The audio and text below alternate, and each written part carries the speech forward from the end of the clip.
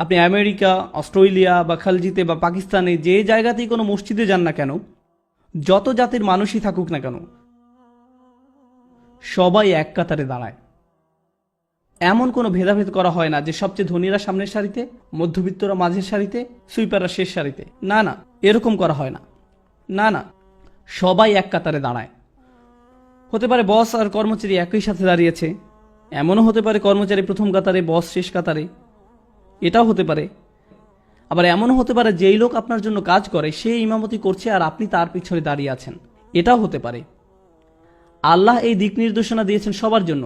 জানেন এর মানে কি? উনি সবাইকে এক সমান বানিয়েছেন কোরআনের মাধ্যমে, সালাত নামক প্রতিষ্ঠানের মাধ্যমে। আমরা তো রেসিস্ট হতে পারি না, কারণ আমাদের আছে সালাহ।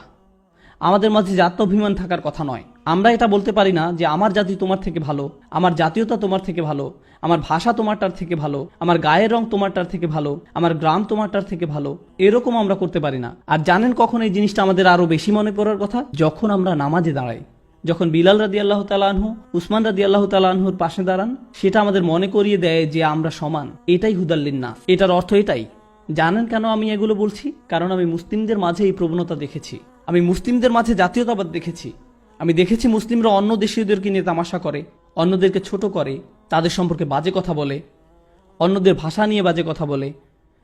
আরবরা নন আরবদের নিয়ে তামাশা করে, বাংলাদেশিরা পাকিস্তানিদেরকে নিয়ে করে, পাকিস্তানিরা আবার ভারতীয়দেরকে নিয়ে করে, ফিলিপিনোরা মালয়েশিয়ানদেরকে নিয়ে তামাশা করে। কি হচ্ছে আমাদের এসব? আমরা কি নামাজ পড়ি না? পড়ি না নামাজ? আমরা সালাত থেকে শিখছি না কিছু? আমরা কোরআন থেকেও কি কিছু শিখছি না? আমি বলেছি আপনাদের আগেও যে আমাদের শুধু খোসাটাই আছে, ওই অনেকটা ভিতরে ডিম নেই, শুধু খোসা আছে, এরকম অবস্থা। আমাদের ইসলাম অনেক সময় এরকম। আপনাকে দেখতে মুসলিম মনে হয়, মুসলিমরা যেমন কথা বলে আপনি সেরকম কথা বলেন, কিন্তু আপনার হৃদয়ের ভিতরে আপনার দ্বীনের জন্য কোনো ভালোবাসা নেই।